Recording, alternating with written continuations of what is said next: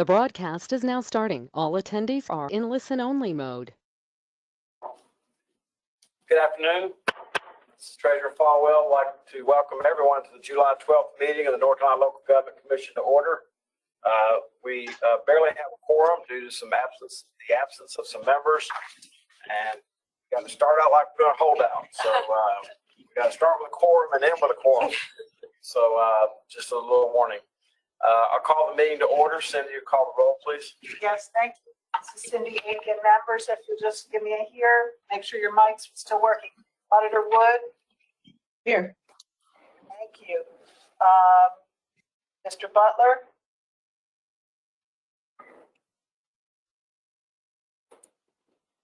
Here. Thank you, sir. Ms. Hoffman. See Present. you. Mr. Kuhlbeck. Here. And hello, Secretary Marshall. Hello. She is here. Right? Treasurer Falwell Here. is here. And we have absent Secretary Penny, absent Ms. Harvey, Ms. Harvey or? No, not yet. So currently Secretary Penny absent, Mr. Burns absent, Ms. Harvey absent, 1, 2, 3, 4 members virtual, 2 in person. You have a quorum. Okay. And, roll call for our LGC staff. Sharon Edmondson is present here. Jennifer Wimmer is also present. Susan McCollum. Here. Debbie Moscow is present. Victoria Bledsoe and Cindy Aiken, all present and accounted for. Great. If you'll stand and join us for our pledge of allegiance, and if Secretary Marshall will lead us in pledge, toast to our flag. I pledge allegiance to the flag of the United States of America and to the republic for which it stands, one nation under God, indivisible, with liberty and justice for all. I salute the flag of North Carolina and pledge to the old North State love, loyalty, and faith. Thank you all very much. We have meeting procedures and housekeeping items that you all are very aware of. Cindy, if you'd like to brief those. Sure, nothing new. And since the meeting is being broadcast and plenty of listeners are not able to see you necessarily, so please everyone identify yourself as you're speaking, making motions, seconds. We need to continue roll call vote. Without objection, same procedure as always. If you made a motion and a second, we'll assume you were a yes vote. For the public, the agenda may be found at www.com of the Local Government Commission page. If we have any changes, and I believe there might be one change in order later in the meeting that will be announced. Let's see. Script, sorry. This meeting is being recorded with the intention of publishing the recording, but our written minutes will still continue to be the official record of the meeting. If anyone has problems during the meeting, please contact us at the email address SLGFD, which stands for State Local Government Finance Division at nctreasurer.com. And members, if you are virtual and you need to step out at any point, please alert us to that. And if you return, we'll need to note the times of arrivals and departures. Thank you very much. Cindy, All right. Mr. Treasurer, Ms. Harvey has joined Oh, us. great. Thank you. Thanks, Ms. Harvey, can you test your mic? I'm here. Perfect. Thank you. Thank you. Members, please take a moment to review the agenda. Does anyone have a present, actual, or potential conflict or the periods of a conflict of interest regarding matters that are before us? Okay. Hearing none, I'll entertain a motion to approve the June 7th and June 27th special meeting minutes. Do I hear a motion? Secretary Marshall approves. Second. State Auditor Beth Wood, second. Thank you. Second. Any further discussion? Hearing none, the clerk will call the roll. Okay, thank you. Mr. Butler? Yes. Thank you. Ms. Harvey? Aye. Thank you. Councilwoman Hoffman?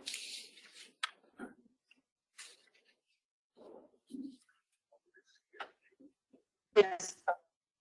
Okay, thank you, ma'am. Mr. Philbeck? Aye. Thank you, Treasurer Falwell. All right. Okay. We'll now turn the meeting over to Susan to discuss our FPIC response items. And we'll take those individually. This is attachment A on our agenda, Susan. Thank you.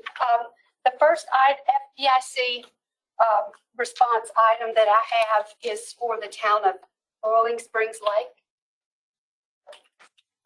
The town had, I'm looking, and I'm speaking from attachment A in your packet for the LGC members, and I'm looking at page 2 of 18.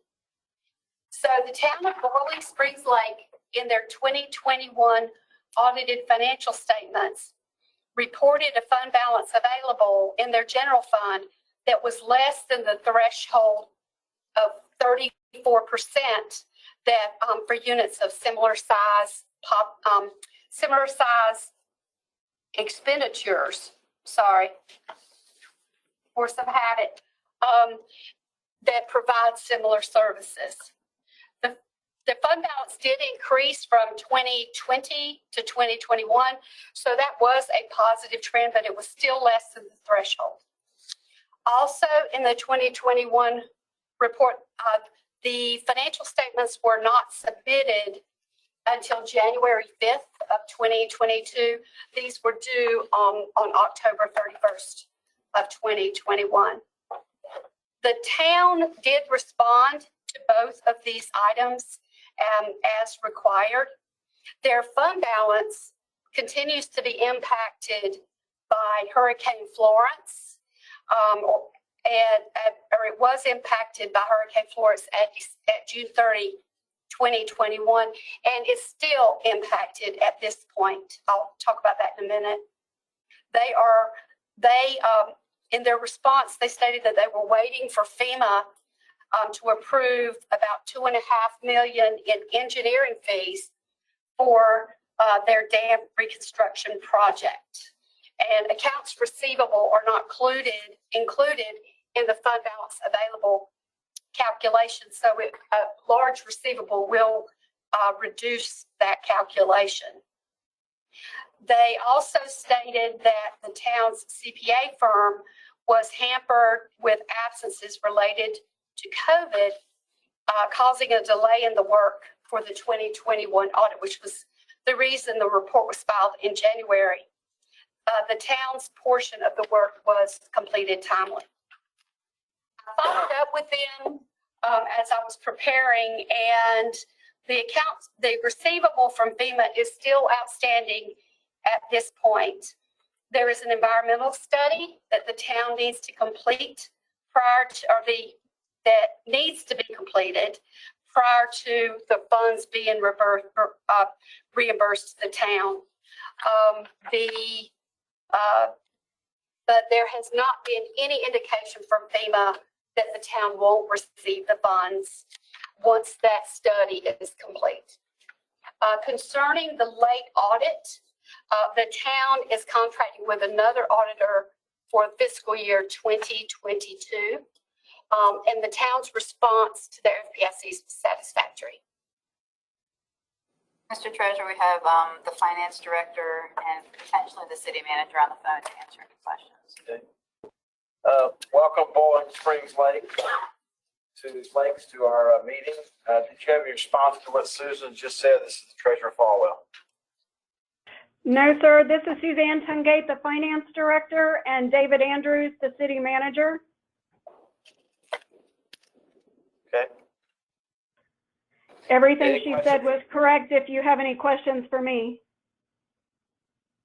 This is Ms. Harvey. I do have a question. The environmental study that needs to be done prior to the FEMA funds being reimbursed, what's the status of that currently?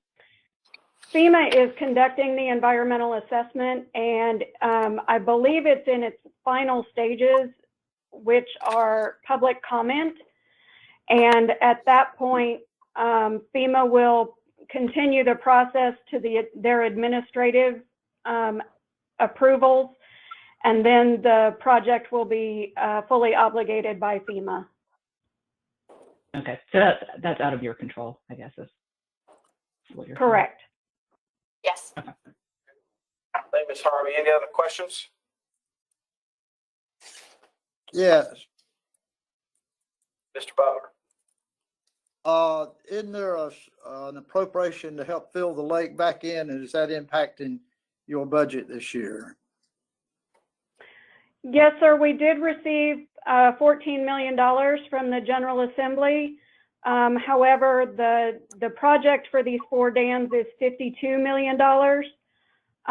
And we will be having a referendum in November and hope to bring an item to the LGC in December. Thank you. A $50 million item? The overall project is $52 million. We need $20 million still in funding. Is that a big bite or a little bite for you? It's a pretty big bite, sir. Our annual budget is about $5.5 million.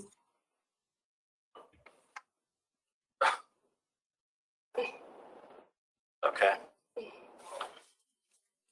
Well, I was going to say, aren't you grateful you're not Spring Lake, but you are Bowling Spring Lake? But then I just heard that.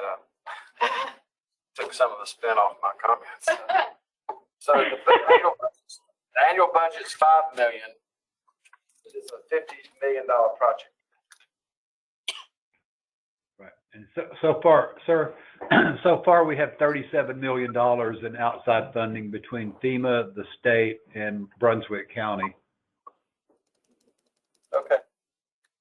And is that contract in hand With to build it? To build it? no, we would not. No, sir. We wouldn't, go out to bid or anything like that until we, after the election, to make sure that we have all the. We'd make sure we had all of our funding in place before we would go out to bid. But we had really good cost estimates. We've used McGill Engineering as our primary, and there's a dam specialist, Schnabel, and they came up with a new cost estimate about 30 days ago to address the concerns over rising construction prices, so that we feel like the $52 million is as good a number as we're going to get today without going out to formal bidding. But we want to have the funding in place before we would do that. But that's not till the end of the calendar year. When it's all How done, much- do we all get? Go ahead, Mr. Butler. How much are you telling the citizens you think the tax increase will be to service that debt? And I presume this is a GO bond you're going to do? We haven't decided that yet because we haven't had the referendum yet. This is just for our police department now. Okay. A police? November. Yeah, no, but it's not for this No, it's not. dam project. Well, this is the police department. The dam replacement is the one that is going out for GeoBond referendum. Any other questions? There's going to be people that can't hear that, so I Yeah. just want to clarify what Jennifer was Sure, this is Jennifer. clarifying. Sure, this is Jennifer Wimmer. This project you're voting on the agenda is for the police station. The dam the replacement project is the one that's associated with a GeoBond referendum in November and is not connected to this particular project. All right. Any further questions about the item for Boiling Spring Lakes related to the police department headquarters? Do I hear a motion to approve? So move, Philbeck. Thank you. Second? Second, Hoffman. Thank you. Any further discussion? Hearing none, the clerk will call roll. No, excuse me, vote for Boiling Spring Lakes, Philbeck, Hoffman, Auditor Wood, Aye. Thank you. Secretary Marshall? Aye. Thank you. Mr. Butler? Aye. Thank you. Ms. Harvey? Aye. And Treasurer Falwell? Aye. Thank you. Thank you. I presume when the dam's done, we get to take a damn tour, right? Yes, sir. Thank you very much. Which I will. All right, next to Warren County. Okay. All right. Okay. In their 2021 financial statements, Warren County had several financial performance indicators of concern. The first one, and I'm looking at page 3 of attachment A. The first one was a audit that for the 2021 fiscal year that was not submitted to the LGC until January 31st of 2022. The second one was an issue with budgeting and the pre-audit issue. The third FPIC was for statutory violations, and these are all interrelated, so I'll talk about them together. So the audit was late because the county lost both a finance director and a deputy finance director. Those positions were both vacant during the year and reporting time frame unexpectedly. The budgetary over expenditures as well as the statutory violations are all both related to the same issue. And it is one that results from an accounting standard change. They had funds that were originally accounted for as an agency fund that is not required to be budgeted under North Carolina state law.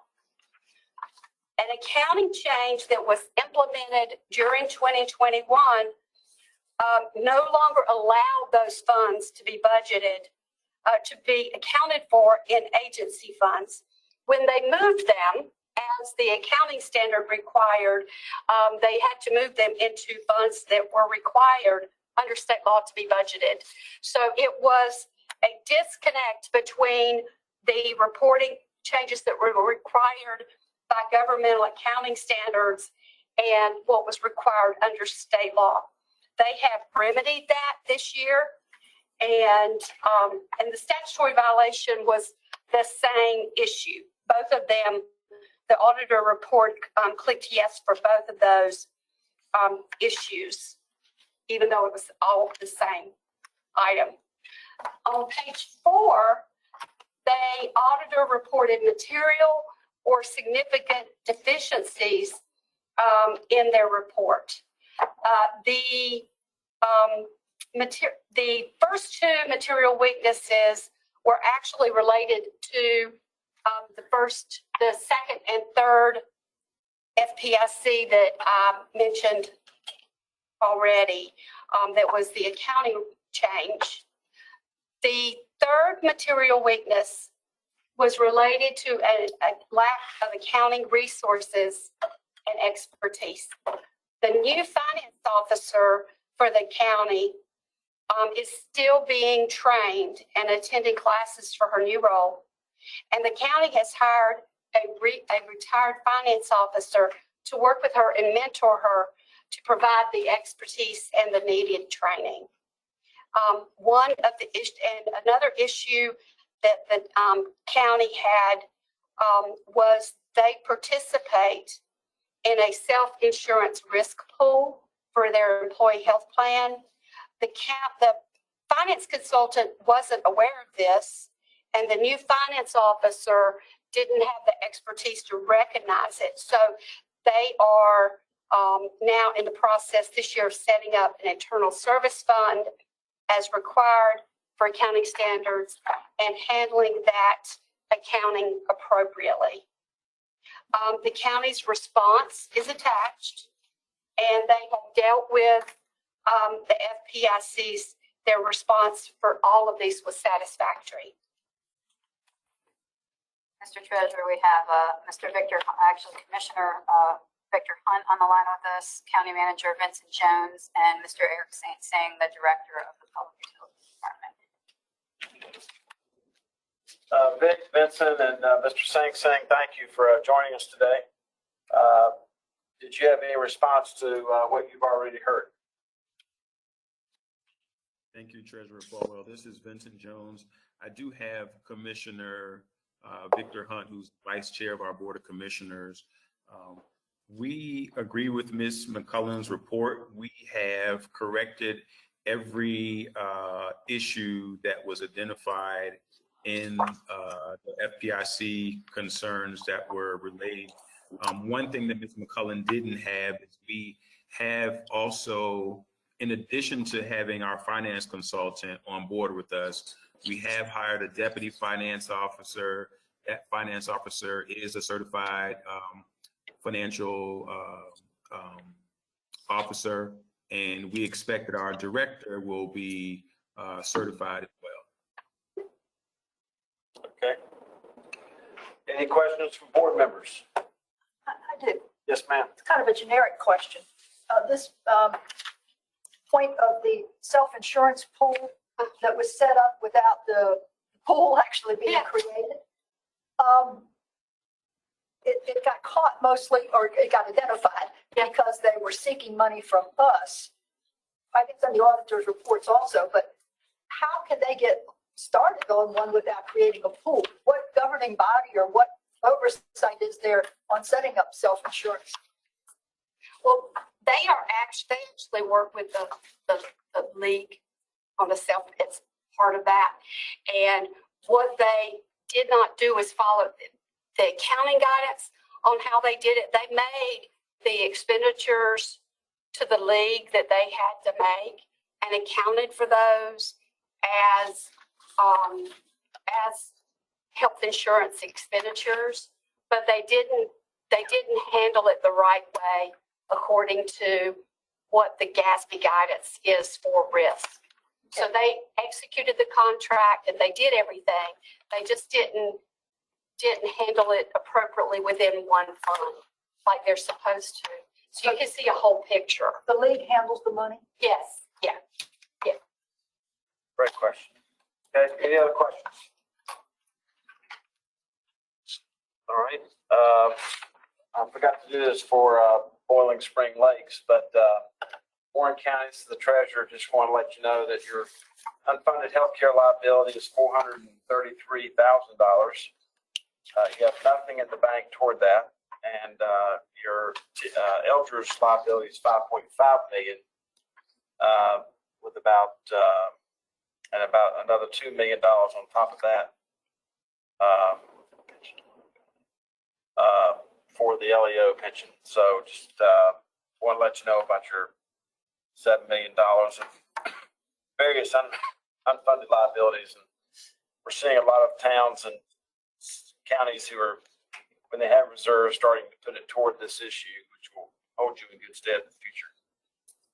Any further questions? And if on the taking staff's recommendation to approve Warren County, and if there are none, I ask for a motion to approve.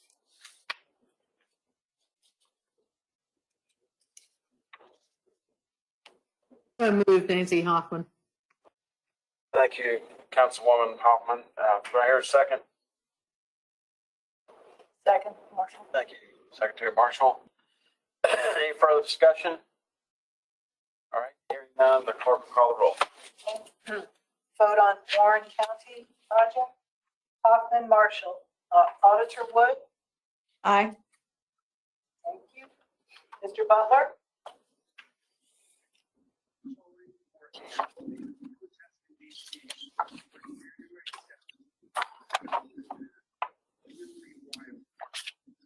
Mr. Butler.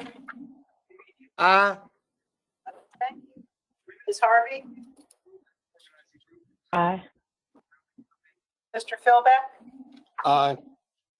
Treasurer Falwell. Aye. Thank you all.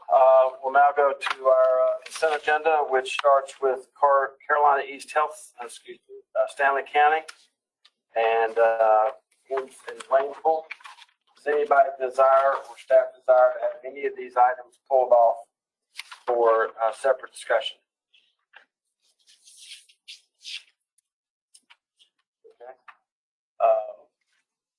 I presume none of these folks are on the line. We typically don't ask Mr. Treasurer for that, but we do have Mr. Smith, the finance officer from Beach Mountain, and Ms. Hager, the finance director from Waynesville on the line. Okay.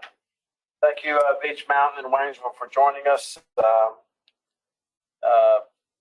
Beach Mountain, you have no unfunded healthcare liability and a total of about $1.5 million of elders pension and LEO pension liability. So just want to reiterate something you're already aware of.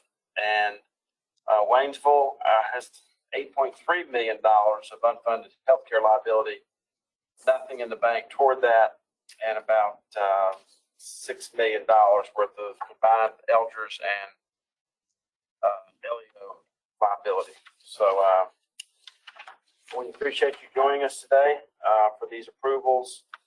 And with that, I'll entertain a motion to accept the staff's recommendation to approve the financing of the consent agenda of the July 20th, 12th, 2022 meeting, starting with Stanley County, ending in Waynesville, North Carolina. Waynesville County, city of Waynesville.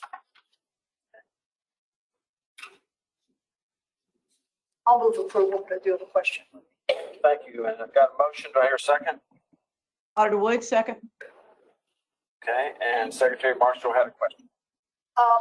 On these last three that are 3 or 4, that's not the last, but High Point, Sugar Creek, Union, and Tryon. It just caught my attention, interest rate not to exceed 12%.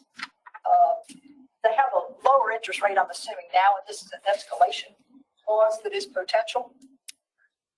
This is Jennifer Wimmer, and yes, the 12% is not to exceed.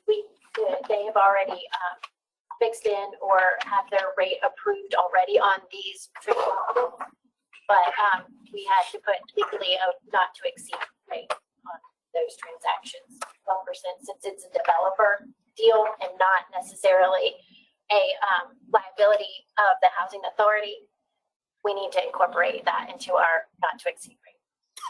But they're operating on a lower rate. Correct. Okay. Any other questions regarding the consent agenda? Hearing none, the clerk will call the roll. Okay.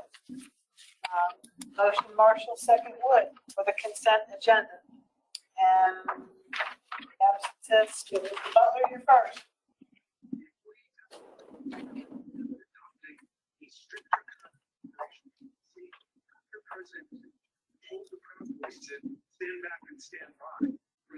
We have Mr. Butler. Mr. Butler, are you and I? Here's the former employee whose voice has been obscured to protect their identity, discussing trust. Mr. Butler. We'll come back. Ms. Harvey, Aye. thank you. Councilwoman Hoffman, Aye. Mr. Phildo, Aye. Treasurer Falwell. Aye. Mr. Butler, are you still on the line? Mr. Butler, if you could answer or either mute your phone. I'm having trouble reading for some reason, because that's what feedback is coming from. We all have that Okay, trouble. we'll mark him temporarily absent, but the motion has 6 votes, so it passes. All right. Fair enough. Fair enough. All right. That's it. Our next is to go into our discussion items. Late audit units. That's what the Thank you, Treasurer. This is Sharon Edmondson. We are, Treasurer said, moving on to attachment B. At the end of May, I sent letters to 12 towns and 2 sanitary districts that were 2 or more years behind on their audits. I asked for responses by June 27th. I asked for 3 things in the responses: the status of the missing audits, an explanation, a detailed explanation of why the audits were late, and another detailed discussion of what changes the unit was making to make sure they did not continue to be late going forward. We also asked for a status update on the 2022 audit as far as what their plans were to get that one in on time. All the units eventually provided a response, and 9 of those responses we felt were adequate, that I believe that they did not need to come before the commission for further discussion.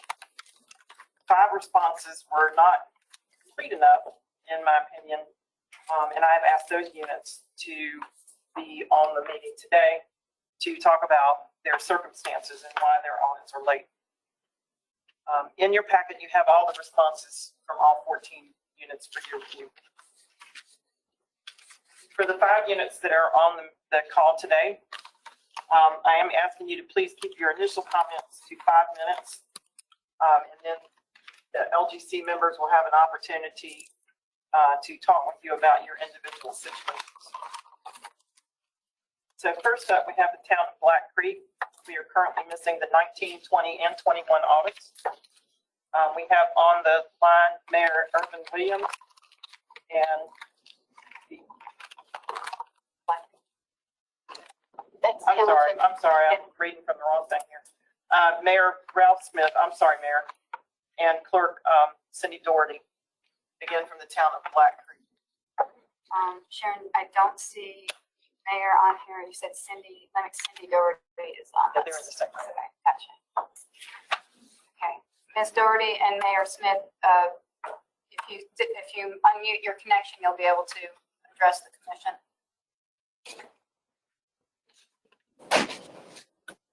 Hello? Yes, we can hear you. Okay.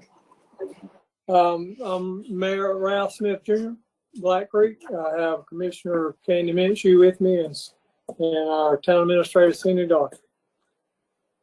So I suppose you want me to explain why the audits are behind. Is that correct? Yes, sir. All right. So Anthony and Tab did our audits for 2017. They presented them to us on May 8, 2018. At that point, they told us that they were going to start doing town audits because it's just a lot of work. Small towns being treated like municipalities, and that just wasn't what they wanted to do, and that we would need to find a new auditor. So we sent out bids for a new auditor. We opened those bids on August 14, 2018. We had one bid. That was Winston, Williams, Creech, and Evans out of Oxford. The contact person, a CPA that was going to do the work, was Tara Robertson. So we approved that contract and hired them to do our audits. We signed the contract on August 11, 2018. The letter of engagement, September 12, 2018. And it looks like the LGC approved it on September 18, 2018. So Tara Robertson then visited our office on November 8, 2018 to get started. That was her first and last visit to our office. The contract that we agreed was a 5-year contract. So, you know, this thing goes on and on and on, and between our town administrator and her emails going back, you know, when you're going to present the audit, what you going to do, you know, just, it's just like we're pretty much getting very little response. But lo and behold, finally, in March 10, 2020, she finally presented the 2018 budget to us, or audit to us. And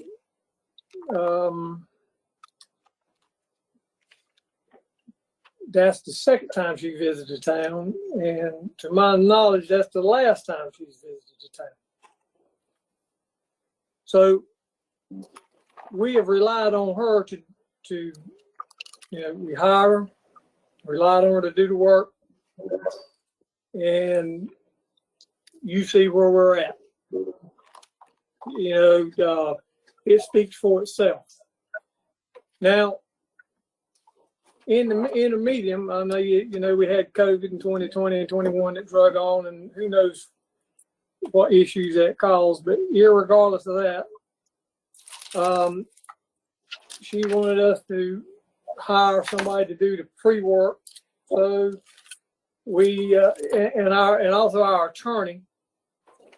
It got to the point we had to have him send her a letter trying to tell her to please, do the work, do the audit. That really didn't get a long ways, as you can see. So she wanted us to hire somebody else, another firm, to do the pre-audit work and compile the information. So I won't get into the firm, but our attorney contacted somebody and they were going to start right on it. And this was going to be, they were going to get on it by December of last year, which would be 2021. So anyway, December come, January came, February came, March came, and they didn't do anything. So I got tired of waiting on everybody, so I decided I'd contact. I have a CPA friend that's a comptroller of a big company, and I said, can you give me somebody's name who can do some audit work? So he checked around, he gave me a list. I went down the list and I see that Gary Pittman, Anthony, and Tab will do that. So I contact Gary. I contacted him in March of this year. And I told him the situation. And I told him where we were at. And he said, well, Mayor, yes, we can. We can do what you need to do and try to get things caught up for you. So he sent us a contract, lining out what he was going to do, when he was going to do it, what it was going to cost. And we approved it in March 2022, our March meeting, to hire him to do the work. He told me, he says, tax season, when May 1st comes, we're going to jump right on it because once we get through tax season, I guess help is a problem, evidently, at audit firms. Seems like I hear that every time we talk to somebody. Anyway, so on May 1, he jumps on it. He sends her emails, Tara Robertson emails, where we at, what he needs to get on it. And lo and behold, she sends him 2018 stuff that's already been done and approved. He sends her back the email, says, no, I need 2019. Where you at with the trial balance or whatever it is he needs. Well, he got as much response from her as we got with every email we've sent and every phone call we've made.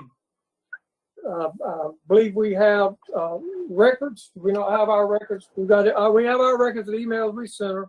I don't know we got phone call records, but anyway, pretty much the response he got is the same response we got, and it's crickets. Crickets. That's the response he got, is the response we've had. We've already paid her 50% of the 2019 audit that she claims she's done the work, but she evidently, Gary, cannot get the work, see the work that she claims she's done. So I suppose why we're late and why you don't have what you need is because pretty much, I guess, we relied on somebody who's just not going to determine they're not going to do the work, I guess. That's best I can put it. So what we've done is I've asked Gary to, when we contract with him, we contract with him to do what, to help her get the information she needs to finish 2019. Then he is going to do the work for 2020, 2021, 2022, and he's going to send it to Petway. Let's see, who is it? Petway, Mills, and Pearson and Zevin to do the audits, and we've contracted with them. So we have signed contracts with all these people, and all I need is somebody to do the work. I'm not an auditor. I can't do the work. But it's not like we're sitting, it's not like we drug our feet to get it done, because we have not. So that's kind of where we're at. So that is our plan. Our plan to handle it is I told Gary this morning. And anybody there, he told me to know, I suppose there's people there that know who I'm talking about. They know Gary Pittman. Anthony Tapp, he's told me anybody, feel free to pick up the phone and call him. He'd be glad to explain it. Or talk to anybody there that's got any, wants to know anything about the situation. You're free to call him. So our action to deal with it is we've hired him. And we've hired Petway. And all I need them to do is jump on it. And so nobody wants it done any worse than you want it done. I wanted it done yesterday. Exactly when I got off the phone, when I talked to him, I told him, I said, I need you to start.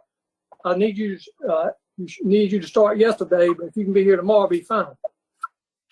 So that's kind of where we're at. If you want to know about the June, October, whether the June 22 audit and October 31 will be done by then, probably not.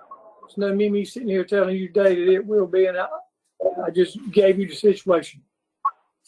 If Gary can get it done, the Petway Mills can get it done, then yeah, it'll be ready. But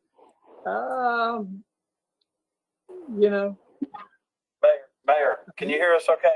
I can hear you fine. And well, one more thing. Let me go and get number 4. Specific changes that will be made. Well, we're going to hire hopefully competent people that will get the work done instead of giving us lip service. Pretty much. That's how I see it, and that's the way it is. Mayor's Treasurer Falwell, are you the person that gave you such poor service? Are they a CPA? Run that by me again. The person that gave you poor service, who charged you 19, hasn't produced anything. Is she a CPA? All right. Well, the firm is Winston Williams Creech Evans of Oxford. To my knowledge, they do audit. They sent a referral list of all the audits they've done for towns and I believe county. I'm pretty sure they sent us a list of what they, verifying that they've done work for these towns or these municipalities or whatever, and so that's why we hired them. Plus, hey, they were the only one they were the only one interested in doing it. That's my point. Mr. Treasurer, I'm on this one, and I'll be sending a team into that firm, take a look at what they did and did not do. Mayor, that was Auditor Wood who just made that comment. And okay. Mayor, have you filed anything with the governing board or to try to recapture some of your investment in some? Well, I tell you how I am. I try to be easygoing, and I try to give people benefit of the doubt, but I think, 3 or 4 years is giving them way long to benefit of the doubt. I've been advised we should do that. But the answer to your question is yes. I've told our attorney to get busy. Okay. Our board meeting is not. I'm going to get that. I'm going to go over this situation with them and get, make sure, they'll have to vote to do it. But that's where we need to go. I mean, there's just no sense in, if there's, the town of Black Creek's never had a problem. And it's not us. And there's no way somebody can do an audit when they come down to visit you one time. Okay. That's impossible. I've been a part of this board for a long time. Mr. Mayor, let me ask you this question. What kind of shape are your books in when the auditor comes in? Your bank reconciliations for every bank account and for every month done and up to date? Is every transaction that the town has, all of that's caught up and posted? So your books are in shape to be audited. Senior doctors here, I'm gonna say the answer to that, yes, but go ahead. As far as reconciliation, they're as reconciled as I can get them. No, that's not the answer. Are your bank reconciliations done? Yes. I have completed every journal. I have completed every journal entry, every transaction that is on our bank statement. But we do not have the final figure because the journal entries were never completed for 18 to forward to 19. But as far as my bank statements, yes, they are done. They are ready. Okay. Every transaction, every bill you've paid, every transaction you've done is in the computer, in your accounting system, yes, on a monthly basis, and at year end is all posted. Yes. And no auditor in the past. I've been going into this firm and looking at what they did and did not do, and if it's headed where I think it is, we'll be turning them over to the CPA board. Okay. Mayor, we're running out of time because we have so many other communities that need to present. This is the treasurer. Just and other members might have something. From time to time, we get inquiries at the local government commission from towns who no longer want to be a town because of issues. Has that topic ever crossed your mind? No.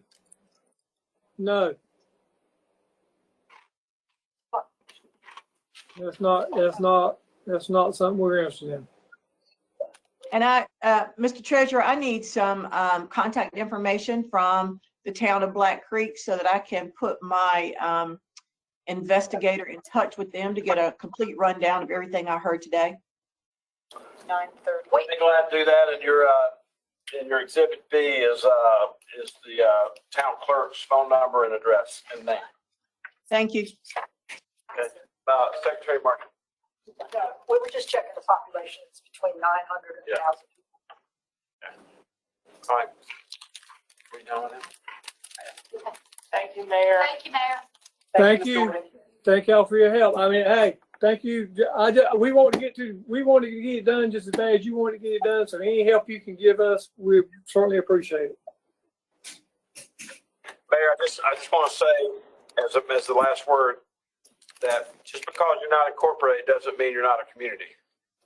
They don't have anything to do with each other. So just keep that in mind. Thank you. We have no incorporated cities in Currituck County. None. Thanks. All right. Moving on to the next unit is the town of Hamilton.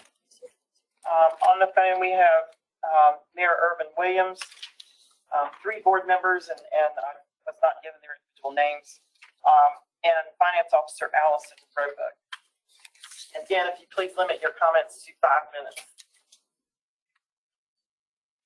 Allison Roebuck is connected. This is Spring Lake. I mean, that's This is Hamilton.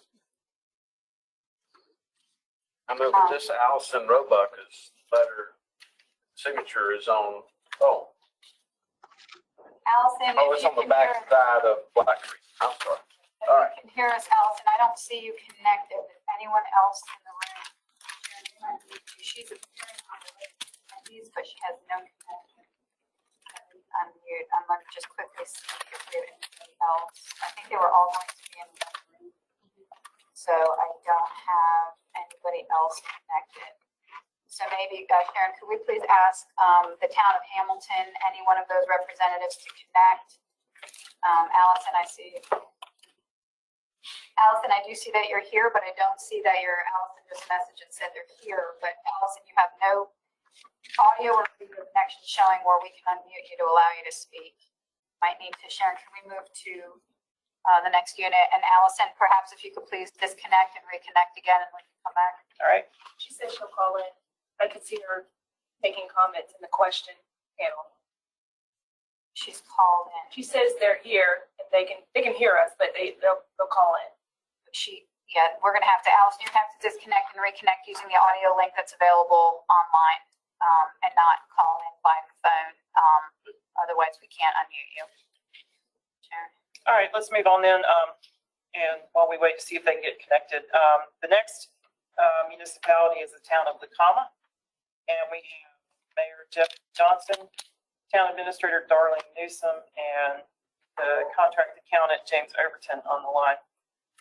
Lacoma is missing 19, 20, and 21 audits.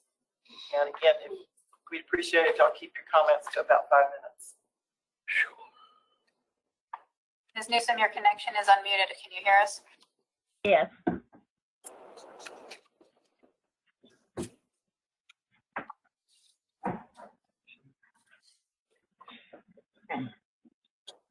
Good afternoon, ladies and gentlemen. Go ahead, Mr. Jack Johnson. Yeah, go ahead, Mayor Johnson. So this is James Overton with Carl Riggs and Ingram CPAs. We were hired a little over a year ago to help the town get its bookkeeping caught up to date. When we got here, the town was using Logic software. This was back in since April of 2019. Nothing was posted to the computer except utility bills, water, sewer, garbage, and electric bills, and collections. The finance director that they had at the time did not know how to use the software. All the checks were written manually. They were not posted. The monthly bank drafts were not posted. The property tax collections from the county were not posted. Payroll was not posted. They hired a payroll company from California to process the payroll. They basically entered the time, and the company from California wrote the payroll checks and direct deposited them to the employees. However, they did not tell the payroll company in California, nor did the payroll company ask if they had any retirement plan. So during that year and a half that California was processing payroll, no state retirement was withheld from any employees.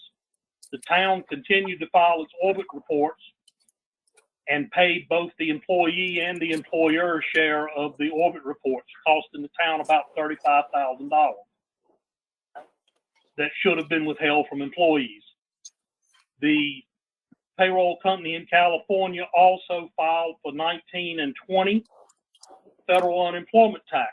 Local governments are exempt from unemployment tax, so they paid another $9,000 they did not owe. We have filed amended returns to get that money back. We did get the first refund of $3,700 today. However, the IRS still owes the town over $6,000. Like I said, payroll was not posted. Cash disbursements were not posted. Bank drafts like utility bills, purchases of electricity from Duke and NT Carolinas, anything paid with a bank draft was not posted. Any deposits other than water and sewer and electric bills was not posted. So basically we had to go back and post 3 years worth of stuff. We are still working on that. We can't reconcile the checking account until we get all of those transactions posted. All of the other bank accounts are reconciled, and we're working on it, but we've basically got almost 36 months worth of stuff to post. So hopefully we can have 2019 in the near future, but they need audits. The town also switched from Logix to Southern Software. The town finance director at that time has since left. We are currently processing the payroll and at CRI beginning January of this year. So the payroll at least is done correctly now. But it's just a lot to do, and I cannot be here every day. So it's going to take a while. It's still going to take a while to get this finished.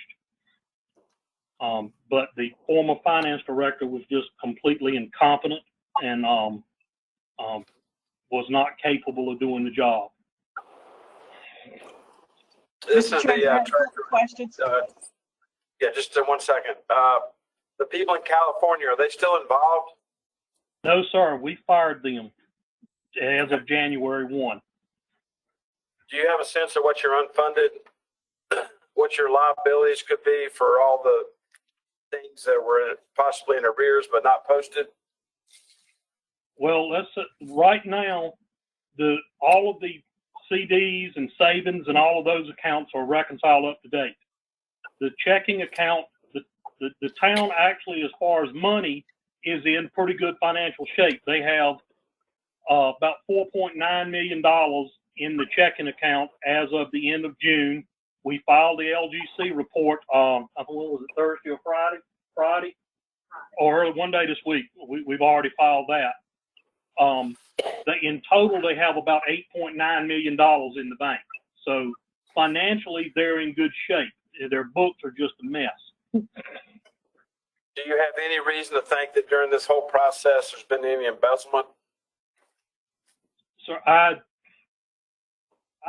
have not come across anything that would lead me to believe there was. But I cannot also rule that out because I haven't gone through all the transactions yet. I don't think there is. I think it's more of incompetence and just not posting stuff.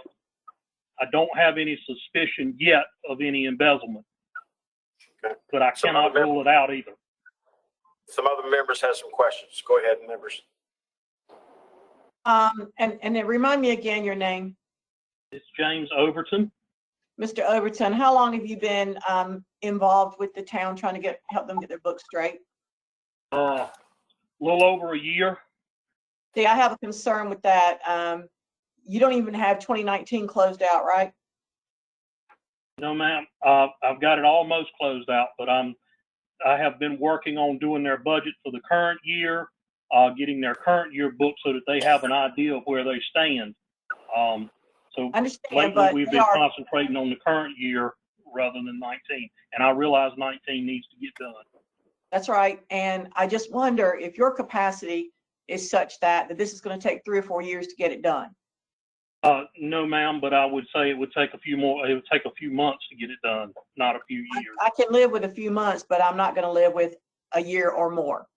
So just what I understand that. I don't blame you one bit. Okay.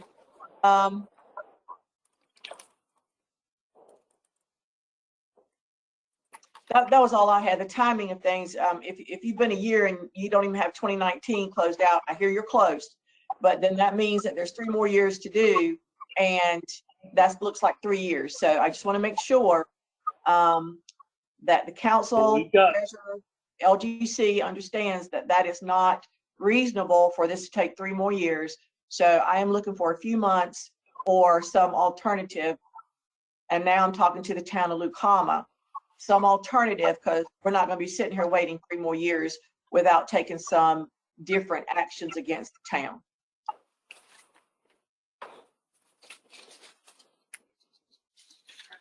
Yeah, this is Sharon Edmondson. This is a question for the town. Why did you wait until April or May of 2021 to hire some help? At that point, you were already almost 2 years behind.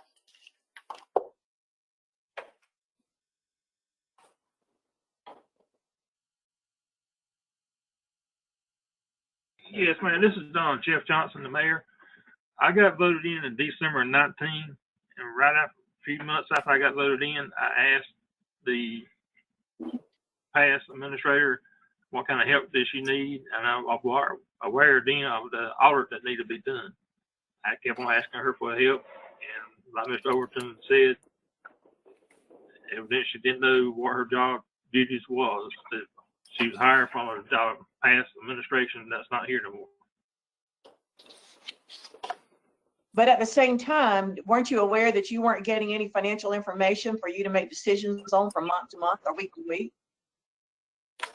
I kept on asking her what kind of help she needed. She never replied, so we got it. Well, I'm taking care of it. And she kept on saying, about the COVID. I would remind you, you're the boss, not her.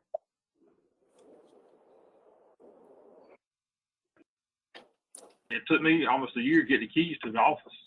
So. Dan, you're the boss.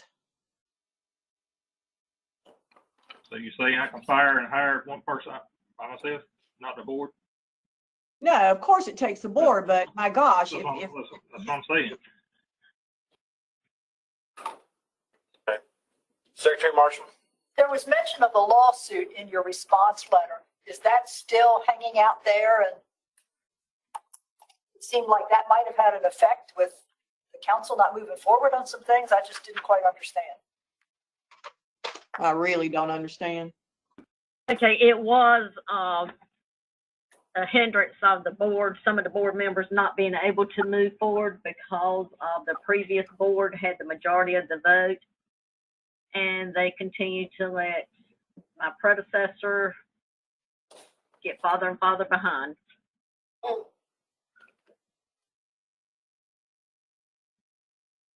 That's not the substance of the lawsuit, is it?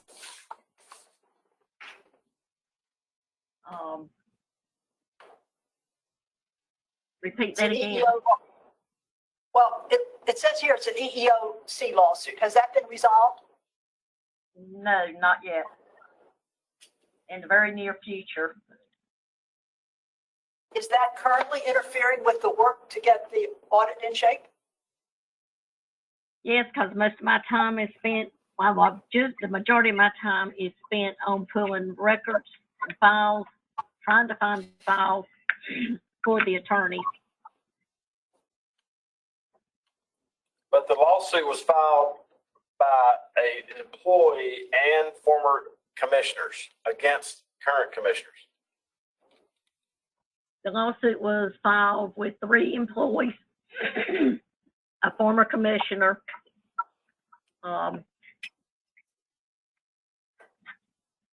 back in 2019, I'm thinking. And my predecessor started in April. I think the lawsuit came about August or October. And I need a short answer on this. Why is the fire department a defendant?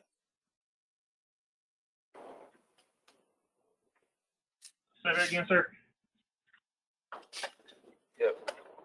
Short answer. Why is the fire department a defendant on an EEOC lawsuit?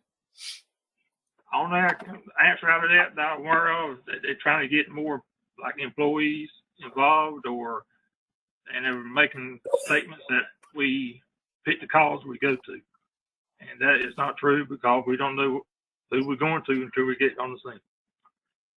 All right. I asked this question of some of the previous towns. We've had some people inquire to us about possibly not remaining a community but not being incorporated. Is that a discussion y'all have ever had? No, sir.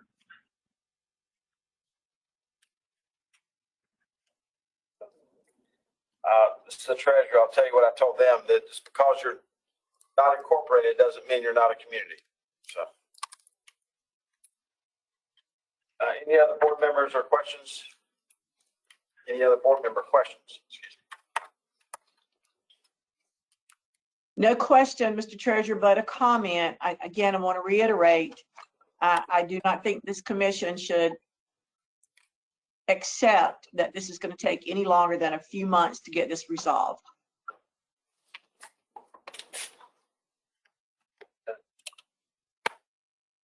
You heard that, didn't you, Mayor? Yes, sir. And do you agree with it? Yes, sir. All right. Anything else? What essential service, Treasurer, last time? What's essential services do you offer? The town provides electric, water, sewer, trash collection. They have a community building that they rent out. They contract with the sheriff to provide police protection. And they also donate, they have a fire department that is a volunteer nonprofit fire department that's not part of the town, but they contribute to it. They also have a library that they contribute to. Thank you for that clear answer.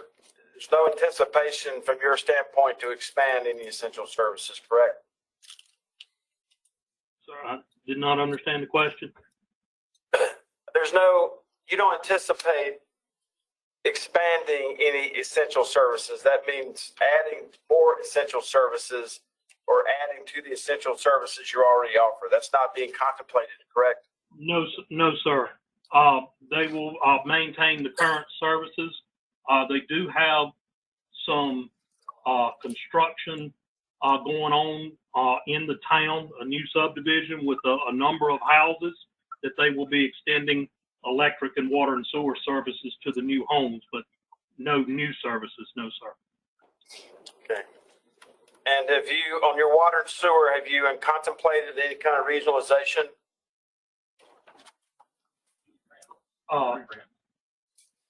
The town is on their budget for this year.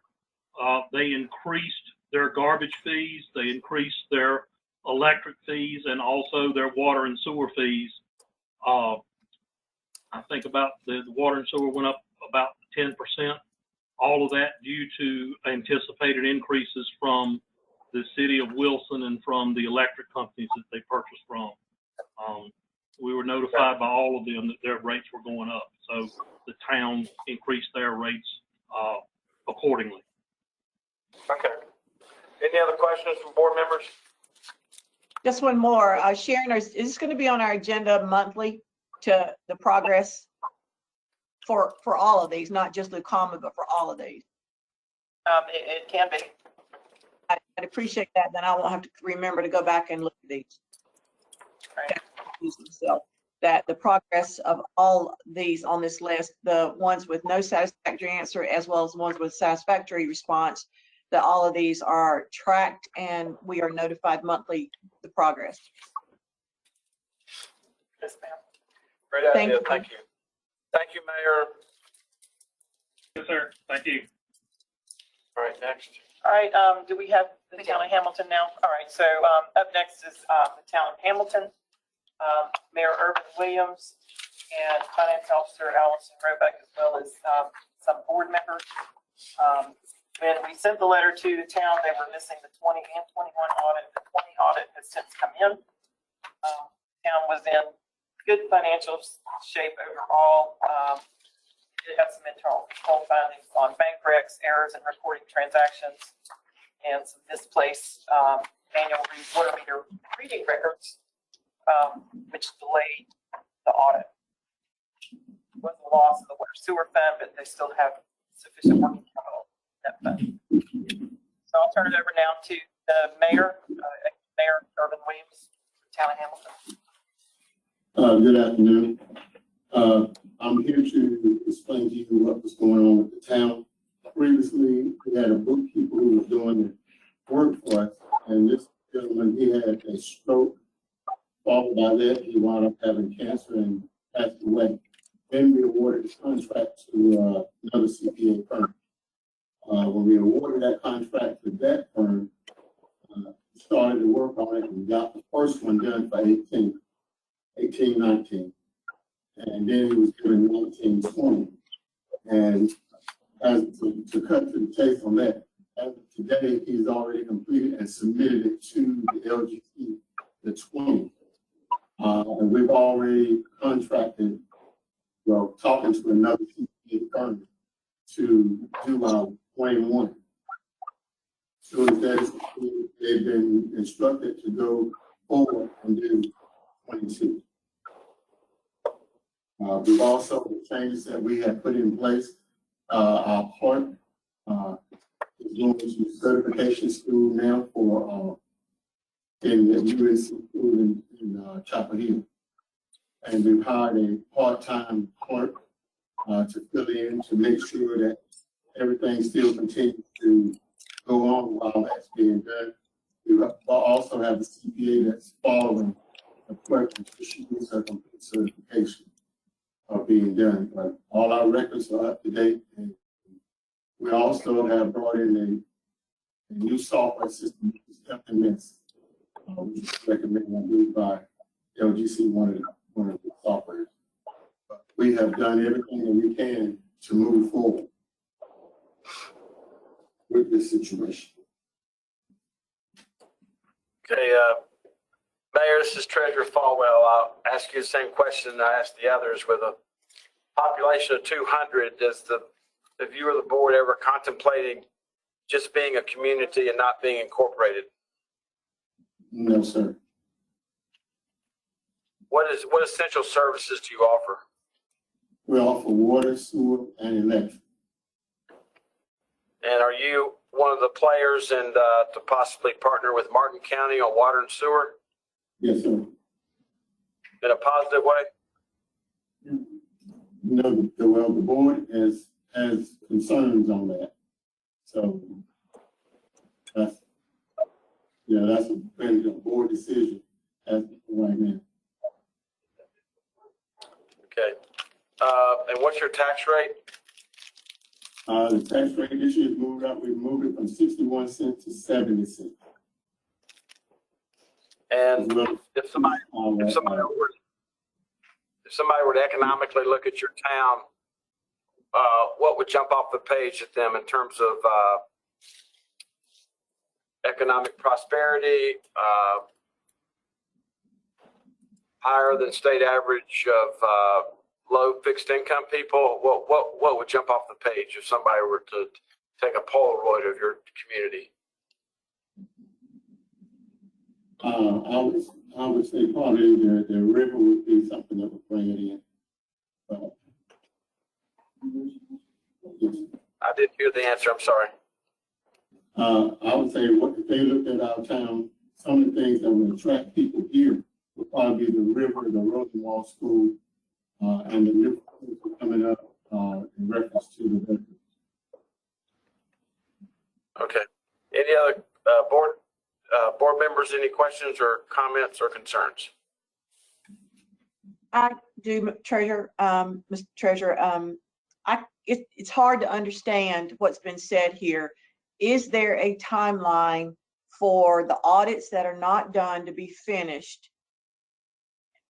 And if they are, what is that? I couldn't hear. We've turned it over to our new CPA firm, and we've signed a contract with Ms. Barr at this time to go ahead and proceed to do it, pending your LGC approval of her doing it. So what year? She to pack the information up, and she's supposed to be coming to pick it up. So she's coming to pick it up, huh? Yeah, she asked us to start. She's from Wilson, and she's gonna come and pick it up. She told us to pack up what we need to pack up. She's supposed to be on site, in my opinion, but that's just me. Who is it doing the audit? Miss Rebecca Barr. Spell the last name. B-A-R-R. Out of Wilson? Yes, ma'am. And what years is she doing? She'll be doing 21.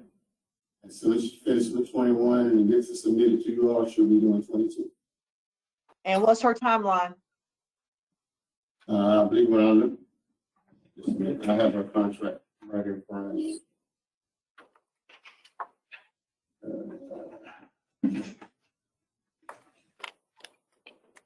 think she's got October.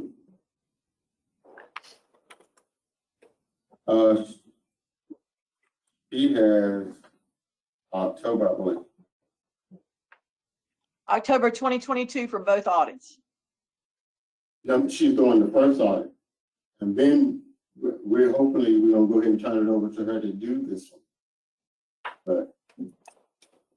So that's what I'm asking. What is the timeline to complete these two audits? We would like to see both of them done this year, but I can't tell you that because I don't know how long it'll take her to finish. It should be in your contract. No, ma'am, she has the first one. The first one is supposed to be August the 12th, but she hasn't got started. So she's planning to finish. She's planning to finish 2021 by August 12th. Yes, ma'am. Okay. 2021 by August the 12th. Okay, all right. We'll just be tracking that one, Sharon. Okay. Any other questions or concerns? Okay. Thank you, Mayor. All right, next up is Inglewood Sanitary District. We have William Spencer, the board chairperson, on the phone representing Inglewood. They are missing their 20 and 21 audits. Ms. Spencer, you have the floor.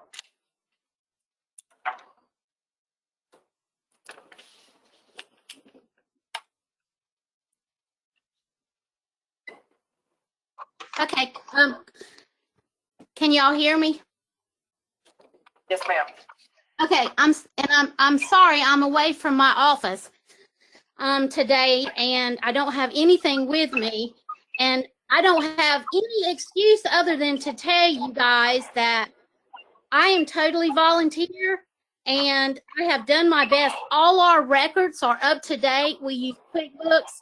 Everything is ready for an auditor, but the one who did our 2019, I have been trying our hardest to make contact with him to get them to redo it. They've not returned my calls. I've called multiple others, and I can't give you their names because I don't have my paperwork with me. But I am ready for an audit. It's just finding a firm that will complete the audit for us. So, I mean, that's all I know to tell you guys. Ms. Spencer, this is Sharon Edmondson. Is your our records show your contracted auditor is Wilson, Jones, and Griffin? Is that correct? Yeah. Yes. And they're the ones you said won't call you back? Yes, I've left multiple, and I'm not trying to get anyone in trouble, but I have left multiple messages for them to at least let me know if they're not interested in doing it, but maybe this is their way of telling me they're not interested in helping us. But I have tried other agencies and still no, they'll either say we don't do those kind of audits or no return call. So I can only do so much, and with a full-time job and being volunteer and everything else that's on my plate in a small community, that's the best that we can do. But I'll be glad. If there's any questions y'all have, like I said, I use QuickBooks. I pay all the bills. It's reconciled. It's ready to go. I just need a firm that will take it, contract with us, and help us with this audits. This is Ms. Roebuck. Oh, sorry. That's all right. Hamilton? This is Inglewood. Oh, Inglewood, excuse me. Ms. Spencer's Treasurer Falwell. Thank you for being a volunteer. Why are you a volunteer? Why? Well, I will tell you why I'm a volunteer, because at the moment I really don't want to be anymore. But my husband was the chairman, and in 2018 he passed away, and I did not want his legacy in running, because he was doing a great job, I thought, running the sanitary district. And when he died, I did not want to see why he had worked so hard to bring back up to fall. But his shoes are a lot bigger and much harder to fill than I thought so. But I have tried my best. But to be honest, that's why I'm the volunteer. And in the sanitary district part, everything else I volunteer for is to help the community. So, and that's what I try to do the best of my ability, is help our small community. Well, sorry for your loss. The board's sorry for your loss, and thank you for being a volunteer. Any other questions? Give me an idea of the size of this, if you will. How many customers do you have? We have roughly 300, 325, somewhere in that range. Our monthly billing is about, it's like $45 a month per customer. And we just voted our last meeting to increase that from 45 to 50. So, and we've got a very aging system, a system that wasn't put in correctly when it was put in. So we're working on getting it up to par and everything like that. And we have only one paid person on staff that does all our repairs and all that good kind of stuff that he does. But everyone else in this little organization is totally volunteer, and which again is no excuse. And I know that because we asked to be there, but we do our best. Have you considered consolidating, regionalizing your water and sewer? Oh, I would love to. I personally would love to. Now, I don't know what the other board members would think about something like that, but if that was a possibility, I'm sure we would listen to that and move forward. I have even, wanted to get the county involved, but I'm not sure that they are interested in taking that over. Okay. But if y'all have any suggestions, if y'all can somehow send us auditors that will, don't suggest one in particular, because I know it's hard to do that. But if you could send us out a list of whom we might be able to contact to get these audits done, like I said, I'm ready to go. I just need someone to contact. And lastly, if you were to go into regionalize, who would you hook a straw to? What would that look like? Oh my gosh. I wouldn't even know how to tell you. I know we have another sanitary district in the county. It's Swan. I don't know if we could somehow, I think we're so far away from everything. I don't know how we would regionalize unless it's a county-wide just a county-wide system. I have no idea. Okay. We're 50 miles or longer from anywhere. Yeah, I know. I've been there. So, all right. So, in Inglewood, we don't even have a bank or a grocery store. Well, Great restaurant. So we do have a restaurant that y'all can come visit. Great restaurant. There's no Chick-fil-A. Yeah. There, No Chick-fil-A, but we do have a Martell's. I will tell you that. No Hardee's. Martell's. No Hardee's. Yeah, it's fantastic. Martell's. Martell's. Yes, Martell's. Any other questions? Yes. So I'm wondering what the proposal is here. They can't keep going. The law says they have to have an audit.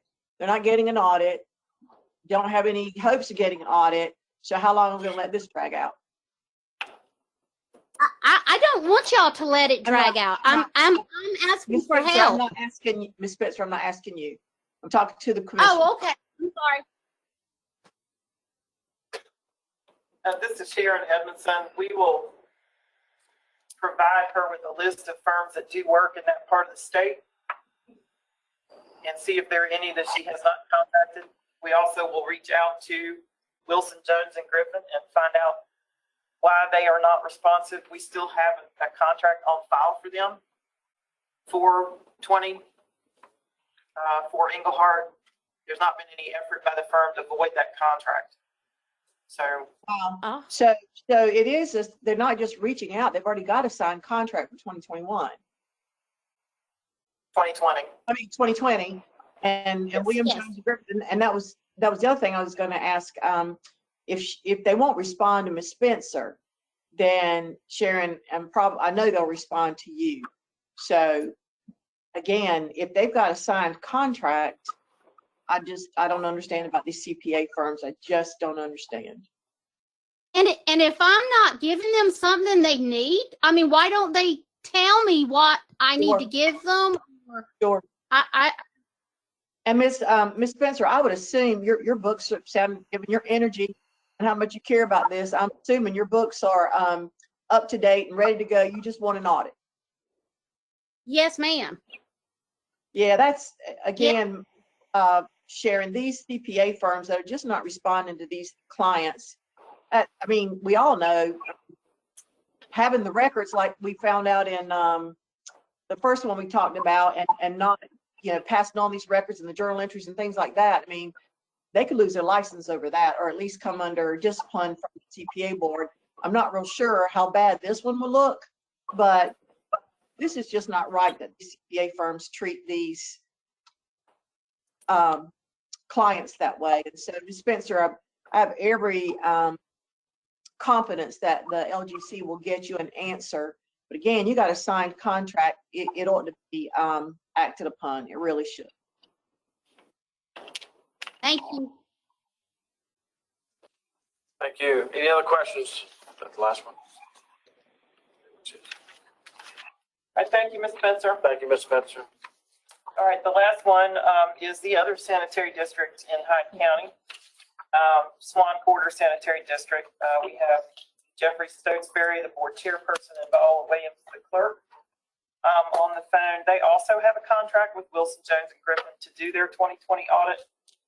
And I will turn it over now to the board chair for his comments. Hey, Auditor Wood.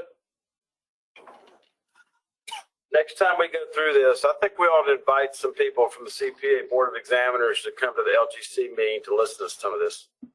I would agree with that, Treasurer Falwell, because I am working closely with the CPA board, more closely personally than I have been in the past, because I'm not sure that the CPA board is responding like they should. So I think they should come in, step in. I agree. That's a great idea to have them listen in on particularly as we follow up with this list. The CPA board will be listening in on this. I think it's a great idea. In the words of the Jamie Johnson song, they can see it in color. Yep. So. Yep. All right, Chair. All right, Mr. Stokesbury, you have the floor. This is Ms. Williams, we can barely hear you.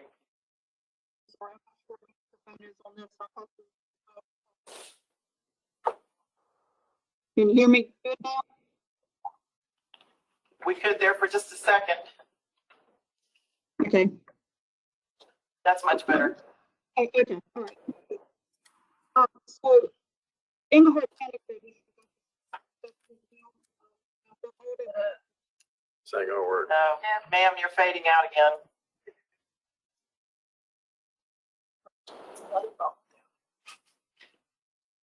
Stand by, Wood.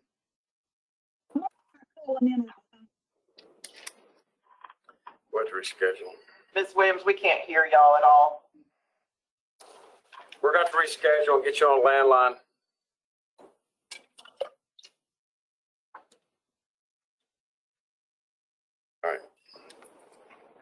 I'll reach out to y'all separately and we'll figure out a way that we can have this conversation on a landline instead of over the internet. Okay. Thank you. All right. East Laurinburg update. Spartanburg. So we went down on the 28th and essentially moved all of the financial records back up here to Raleigh.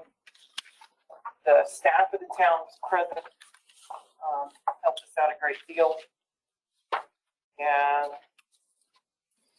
we are just now wrapping things up with getting the surplus funds over to the county. We think in the end, they'll end up being approximately $45,000. It's going to go to Scotland County on behalf of East Laurinburg.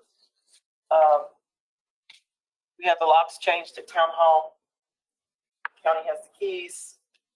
The mail's being forwarded to the county. We transferred the deed for the property, real estate. We still got to sign over the title to the truck. One of the trucks was still in the name of Scotland County, had never been titled over into the town of East Laurinburg when they purchased it. So just some loose ends to wrap up. We got missing, I thought the missing vehicles were in Spring Lake. No, they were not missing. We just Mistitled. mistitled. Title. Didn't catch that, Auditor. That's it. Get with it. Sharon, just to be clear, with the June 30th date, then the resolution that the LGC adopted, basically the dissolution is now in effect as of June 30th. So the city, the town is now officially. The town is officially dechartered. We've got some loose ends to tie up. Members, on behalf of the LGC, I had written a note to the local folks down there, thanking the county manager, the county attorney, chair of the county, and these three folks who were, quote, city employees who came in to help our staff when they didn't need to.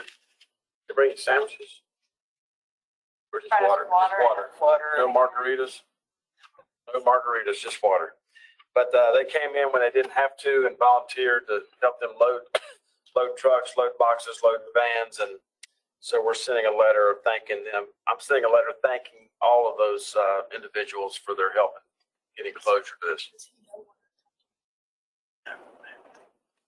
Yes, ma'am. Mr. Treasurer, my staff alerted me to the fact that under general statutes, certain ones, I've given it to Sharon here, that when annexations and municipal boundaries change by annexation, municipalities are required to send that to us. There's another provision in the statute that if a town involuntarily dissolves, that information needs to be sent to us, the Secretary of State's office, as well as I think the Legislative Library. And so the work that was done in the involuntary or in the dissolution by LGC does not include a similar requirement. And I've talked to Sharon and even given a possible language to go ahead and get that added to the dissolution process. But Sharon. There's no reason not to do it. Right. No, Don't need a law to tell you to do something right. Well, maybe in the future. Yeah, but not, yeah. I agree with that. This is Cindy. Thank you, Secretary Marshall. This is Cindy Aiken. That was the next thing on our list to figure out what language you need. So. Right. Well, it would be the language of dissolution to say that it has all been done, but we would, the reason that it's with us is because of boundaries, geographical, so deed references would also need to be in the certification to us. Okay. Good catch. All right.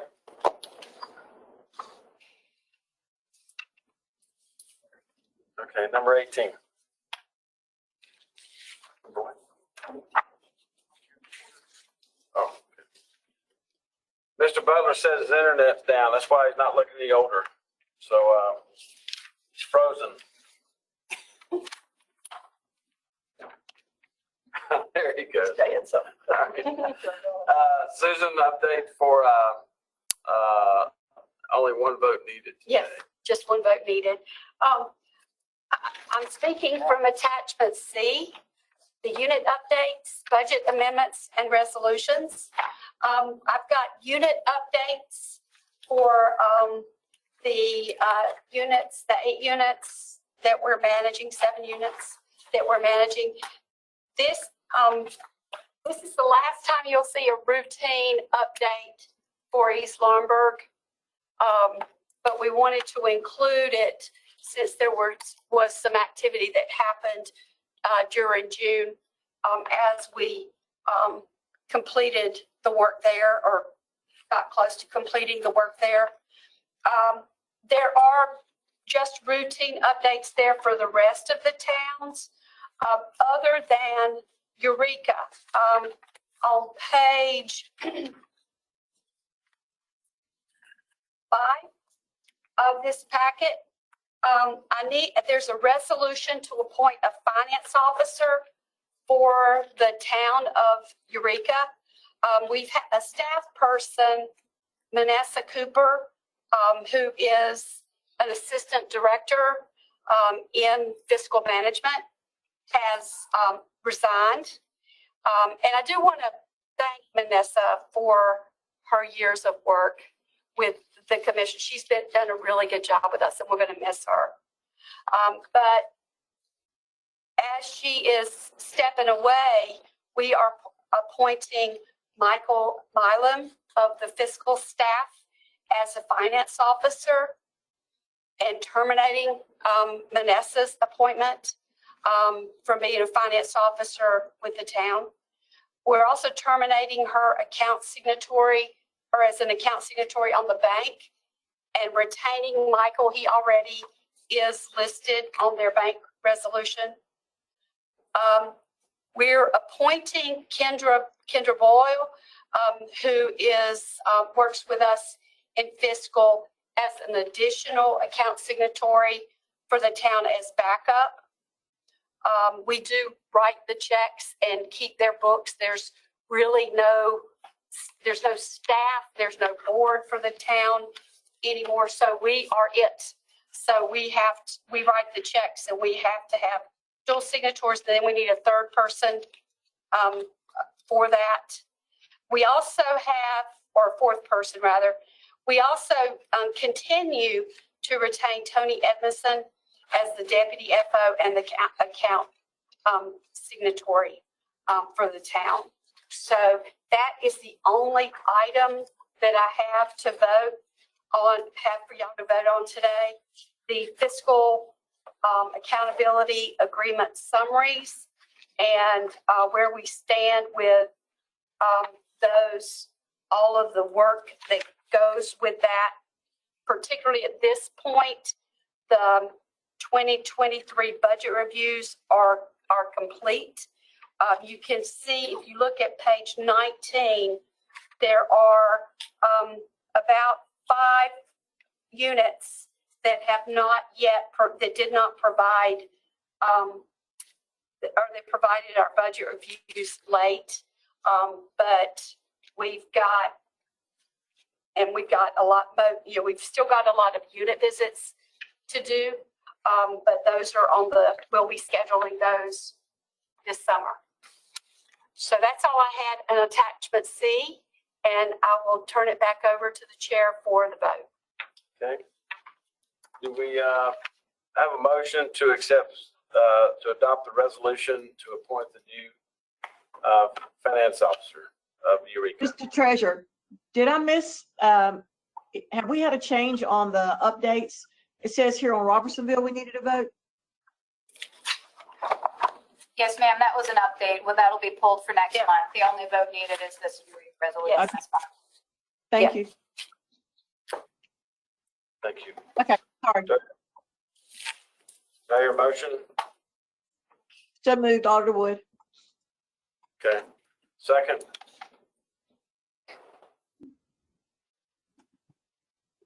Second, Ms. Harvey. Thank you, Ms. Harvey. Second. Any further discussion? Hearing none, clerk will call the roll. Resolution for Eureka's new FO, Wood Harvey, Secretary Marshall. Aye. Thank you.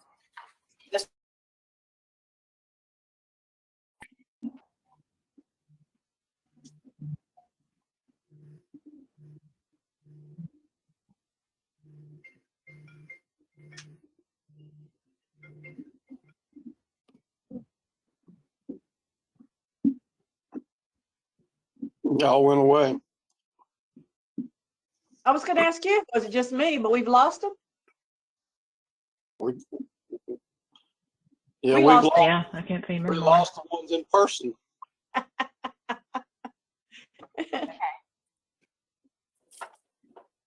Well, I already voted, so.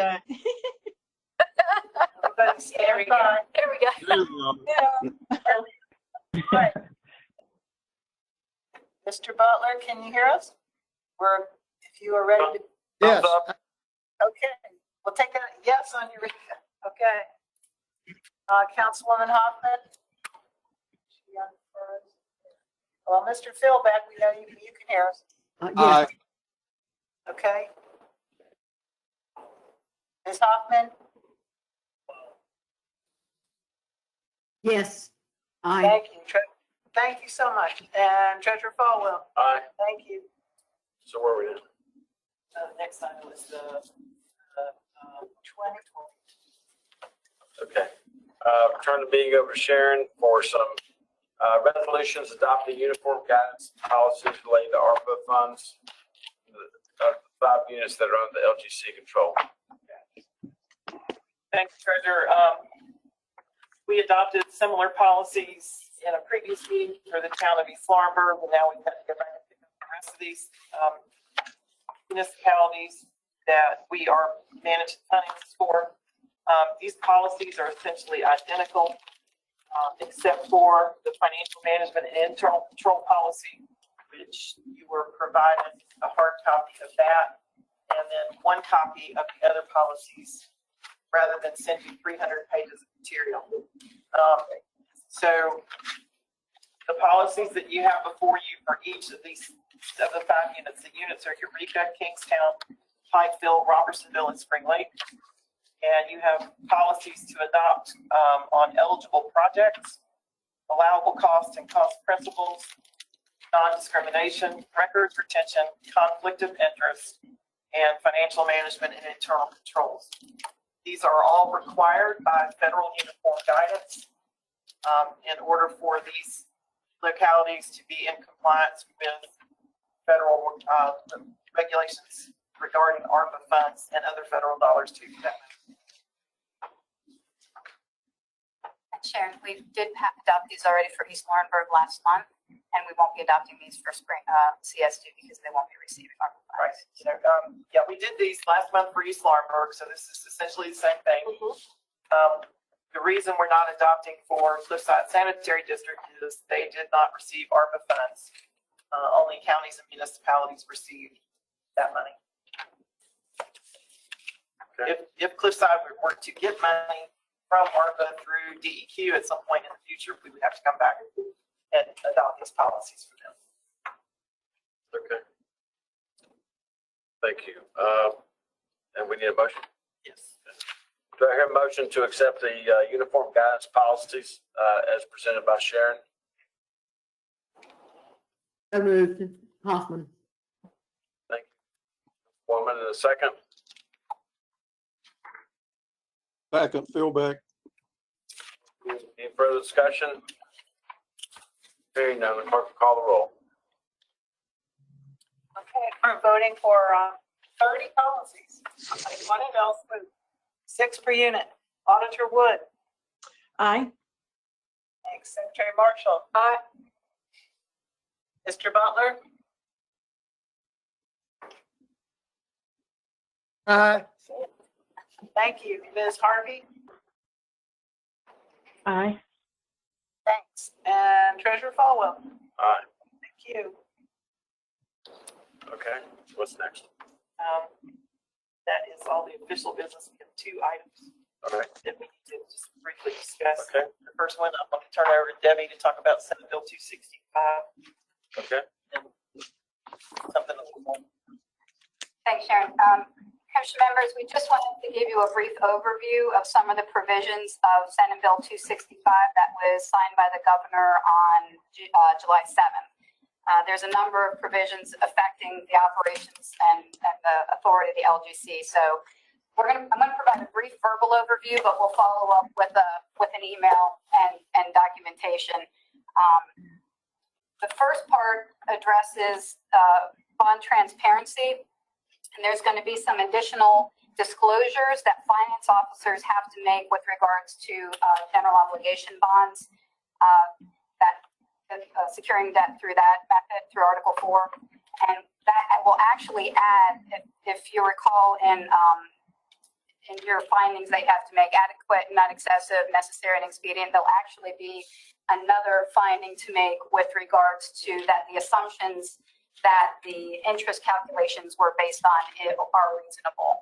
So again, a lot of this will follow up. It'll be easier to follow up in writing, but just to give you a heads up that that is one of the changes that'll be coming through. And again, there'll be other changes related to bond orders and things that the units have to do for those types of, for that type of debt, for the general obligation debt. That's essentially sort of the first part of the bill. That's the bond transparency part of it. The second part is the so-called LGC Toolkit 2 part of the bill that has a number of tools for the commission to use in its oversight of local governments and public authorities. The first and several of these were recommended. If you'll recall, we had a report due to the General Assembly back in May asking for a review of our processes and some legislative recommendations. And a number of those recommendations have made their way into this bill. One of the first is interim event reporting, which will allow the LGC to require units who encounter events that will have a material adverse effect on their financial operations, report that to the LGC. So we'll be presenting to you next month a policy that will list those events. The statute does not specify the events that must be reported, but allows the LGC to adopt a policy identifying the events that have to be reported. So we'll be developing that list and that policy and bringing that to you next month. And then units that encounter those events will have to report those. Again, we're looking for things that will help give us almost a heads up about these significant financial impacts that these units might be encountering.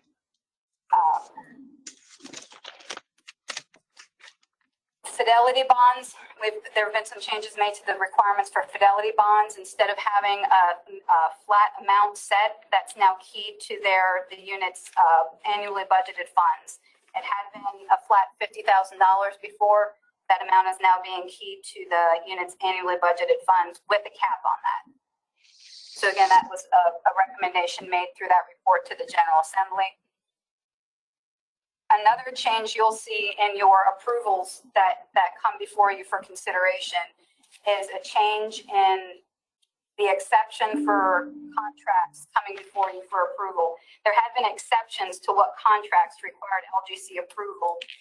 If they had to extend 5 years, but there are a number of requirements, but two of the significant ones where the contracts had to extend 5 or more years and had to be for at least $500,000. This is a modification to 159, 148. That provision has now been modified to lower those exceptions for units on the unit assistance list. So now it's gone from 5 years to 3 years and 500,000 to 50,000. Again, just for units on the unit assistance list. That's again one you'll be seeing in what's being brought before you for your consideration and vote.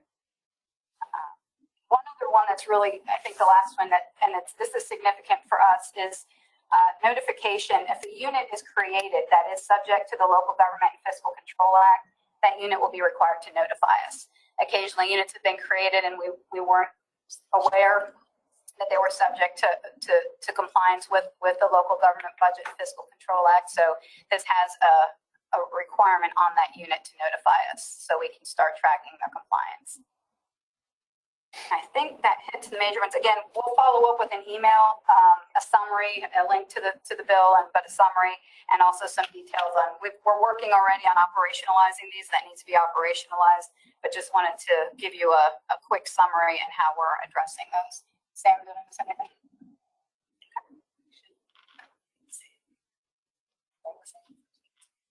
Okay. Then we had one other announcement. The September meeting is going to be on the 22nd out at the Eastern 4-H Center. And we need to start getting head counts as to who's going to actually attend in person. And of that group, who's going to need accommodations, either for the night before or the night after, whichever way you choose. So if anybody knows they will not be attending in person, if you please let us know. And we'll probably just send out an email to everybody. We'll follow up with you, Yeah. but we're starting to need to make commitments for. Yeah, we need to start nailing down our plans for, again, the accommodations and the meeting room and that kind of thing. Go to Phoenix lunch out there. And we will be on the cycle of LGC meetings. It'll be offered virtually as well for members who can't attend or for the members of the public who'd like to listen in. So. See, we can't assign bunk beds till we know who's coming.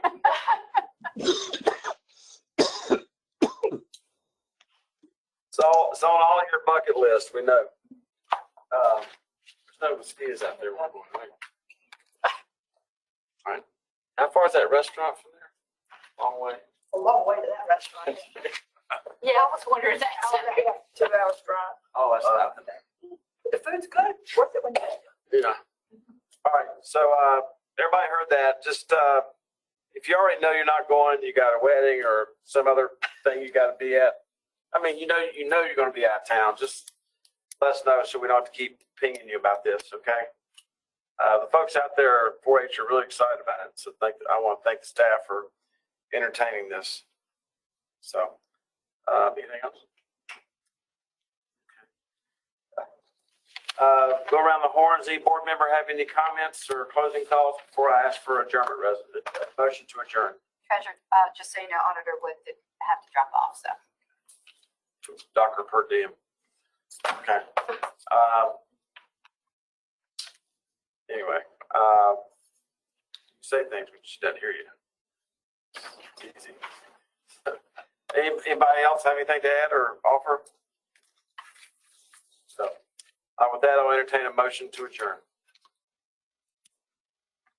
So moved.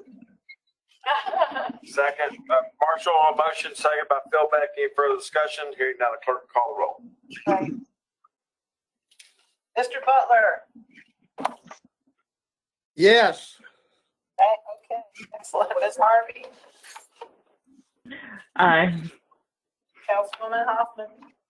Yes. And Mr. Treasurer Falwell. Aye. All right. Okay. Thank you all. We're adjourned. Thank you.